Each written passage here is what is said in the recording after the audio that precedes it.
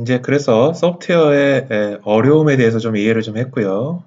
그래서 이제 소프트웨어 공학이란 무엇인가, 소프트웨어 공학에서 풀고자 하는 문제들은 어떤 문제들인가라고 하는 것들을 살펴보도록 하겠습니다. 그래서 소프트웨어 공학에 대한 정의는 IEEE 컴퓨터 소사이어티 에서 정의한 어떤 소프트웨어 공학 정의가 있습니다. 이 정의를 보면요, 굉장히 소프트웨어 공학에 대한 핵심적인 내용을 굉장히 간략하게 표현을 했는데요. 읽어보도록 하겠습니다. 소프트웨어 공학이란 the systematic approach, 체계적인 어떤 접근 방법이라고 접근 방법입니다.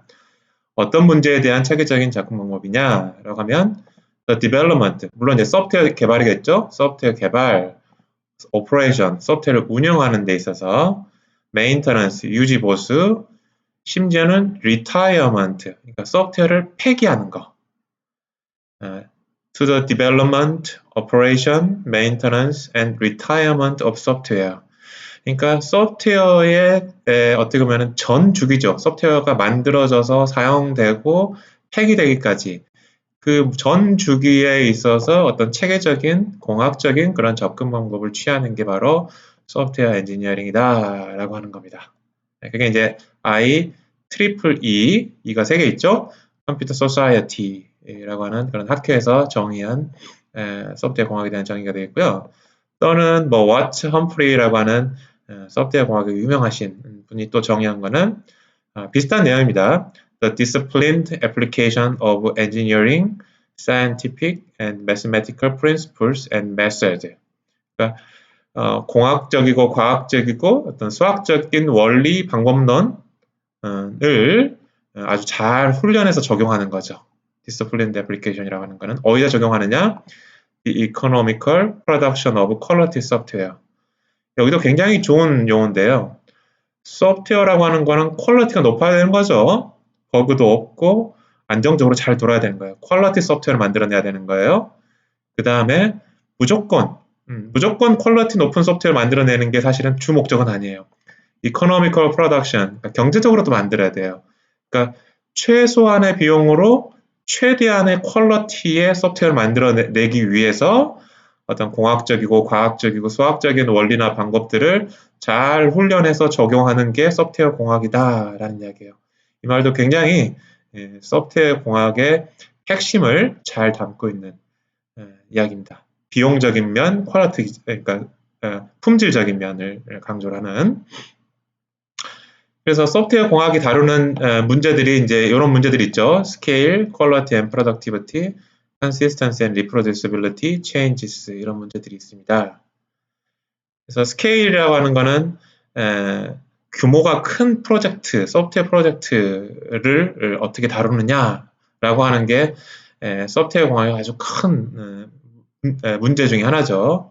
그래서 큰 소프트웨어이면은 큰 소프트웨어일수록 어떤 프로젝트 관리라든지 개발 방법론들이 더 체계적이어야 되고 더 뭔가 형식적이어야 된다라는 이야기예요.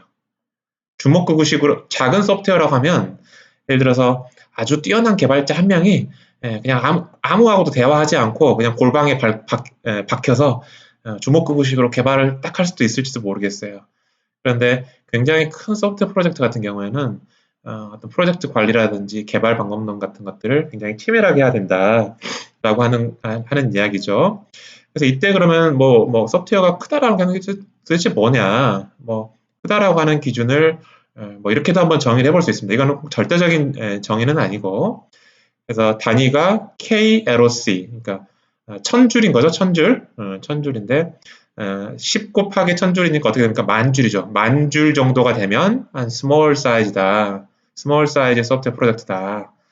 또 만줄에서 10만 줄인가요? 그러면 미디엄이다. 10만 줄에서 100만 줄이면 라지고 100만 줄 이상이 되면 베리 라지다. 뭐 이렇게 소프트웨어의 어떤 크기, 소프트웨어의 크기 또는 소프트웨어 프로젝트의 크기를 한번 정의를 해볼 수 있을 것 같고요. 예를 한번 좀 들어보면은 여러분들 안드로이드 소프트웨어를 이야기를 가정을 들어보면 안드로이드 소프트웨어는 소스 코드만 해가지고 1GB 정도 돼요. 소스 코드. 소스 코드는 텍스트 코드죠. 근데 1GB 코드 됩니다. 물론 LG전자나 삼성전자에서 다루는 물론 이제 제가 이야기하는 소스 코드는 소프트웨어이고 그 소프트웨어는 문서 같은 것이라든지 또는 뭐 아이콘, 뭐 그림 이미지 같은 것들 여러분들이 보는 그런 것을 다 포함해서 포함하는 그런 사이즈이긴 해요. 그럼에도 불구하고 소스 코드가 1기가다라고 하는 건 굉장히 크죠. 따라서 아마도 LG전자나 삼성전자에서 그런 안드로이드 모바일 소프트웨어를 모든 소프트웨어를 다 아는 엔지니어는 아무도 없을 겁니다. 다 자기가 맡은 분야의 모듈, 클래스, 뭐 이런 파일, 소스 파일들은 잘 알겠지만 남들이 하고 있는 거 다 알지 못해요. 그래서 재밌는 이야기죠.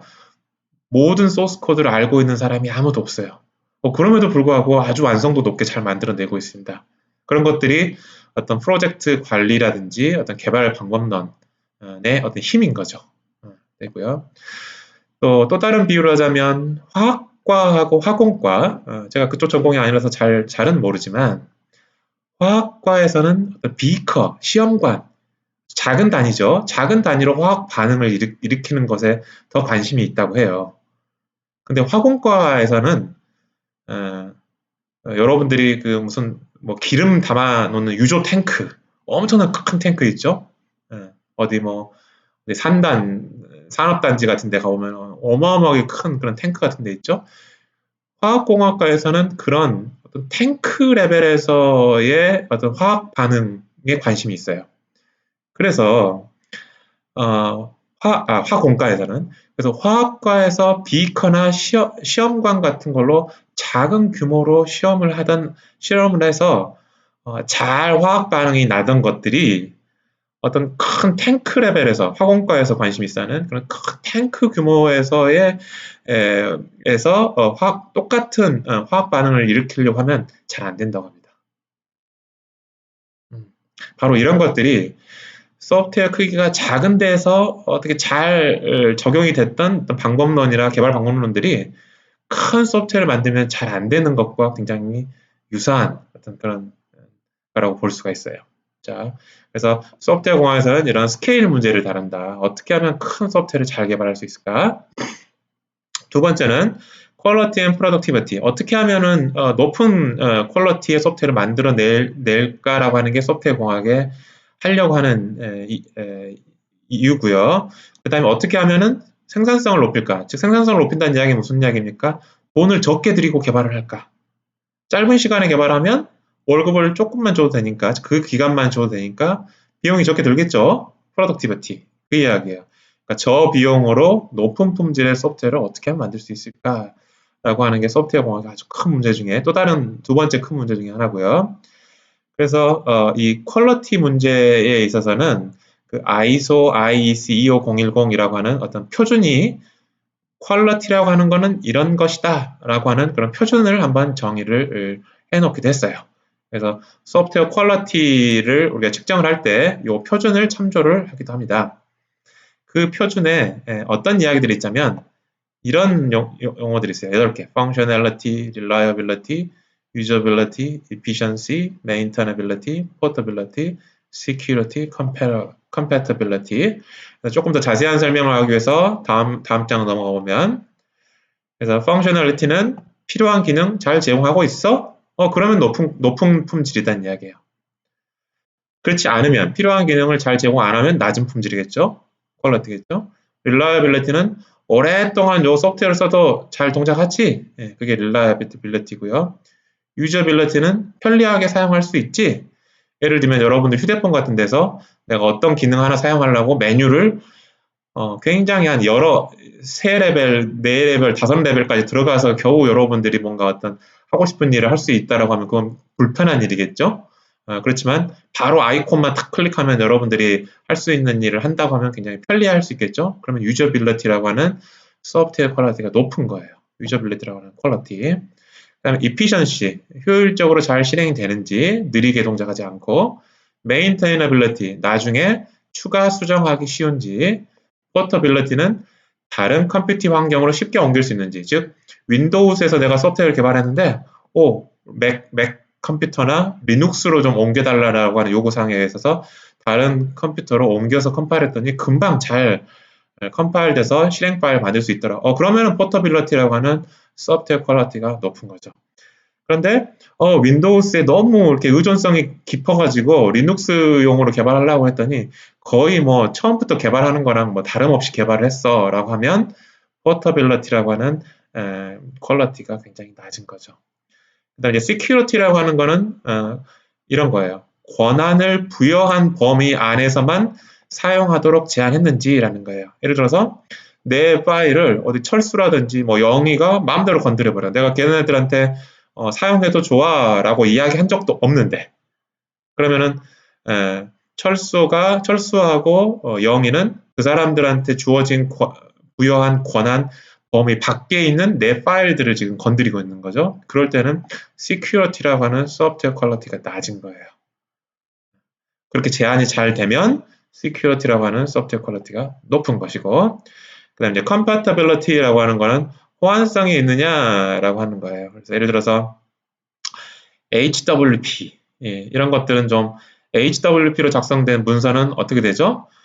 오로지 한글과 컴퓨터에서만 만든 소프트웨어로만 볼 수가 있죠. 그렇지만 PDF 문서는 PDF 문서의 리더기는 여러 소프트웨어들이 굉장히 많은 마이크로소프트도 만들었고 물론 한글과 컴퓨터도 만들었고 여러 컴퓨터들 회사들이 PDF 뷰어를 만들고 있죠. 그러면 PDF라고 하는 그런 어떤 거는 호환성이 있는 거죠. 그렇지만 HWP 같은 경우에는 호환성이 없는 거죠. 한 회사에서밖에 다룰 수가 없으니까 그런 소프트웨어 퀄리티가 있고요. 그런 것들을 정의해 놓은 게 ISO IC 25010이고 여러분들이 만든 소프트웨어 퀄리티가 높으냐 낮으냐를 바로 지금 이야기한 8가지 기준에 의해서 이제 판별을 해서 내 소프트웨어는 퀄리티가 높구나 낮구나 이렇게 판별을 하는 겁니다. 그래서 이제 이 기준을 스퀘어라고 불러요. Software Product Quality Requirement and Evaluation. 그 다음에 이제 productivity는 앞에서도 잠깐 나왔는데 man months 혹은 person months 한 달 동안에 LOC 뭐 몇 줄 만들었느냐 몇 개의 기능을 만들었느냐 뭐 이런 것들이 소프트웨어의 productivity를 결정하는 어떤 그런 기준으로 삼습니다. 그렇고요. 그 다음에 세 번째 소프트웨어 공학이 해결하고자 하는 문제는 consistency와 reproducibility예요. 일관성, 그 다음에 뭐 재현성인 거죠.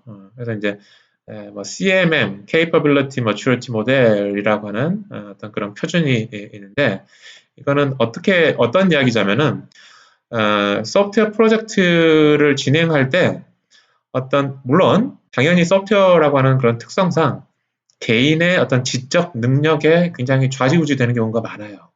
개인의 능력이 굉장히 뛰어난 어떤 해커다. 그러면 뭐 소프트웨어의 프로덕티비티가 확 올라가고 어떤 버그 개수도 확 적을 수도 있어요. 그럼에도 불구하고 소프트웨어 프로젝트를 관리하는 사람 입장에서는 누가 들어와서 개발을 하더라도 어느 일정 수준 이상의 어떤 어떤 소프트웨어 전공 학과를 졸업한 대학생 정도의 어떤 그런 배움을 받은 사람이라고 하면 어떤 사람이라도 이 절차를 따라가면 똑같이 버그를 줄일 수도 있고 높은 품질로 일정 기간 잘 지키면서 소프트웨어 프로젝트를 잘 완수할 수 있어. 이런 방법론에 소프트웨어 공학에 관심이 많아요. 그래서 왜 그런가 하면은 소프트웨어 회사를 운영하다 보면 퇴사를 자주 합니다.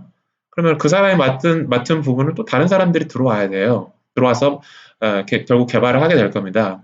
그랬을 때 그 전에 만든 사람들이 개발하던 사람이 문서라든지 이런 걸 아무것도 남겨놓고 있지 않다라고 하면 굉장히 어떤 consistency나 reproducibility 면에 있어서 굉장히 안 좋은 거죠.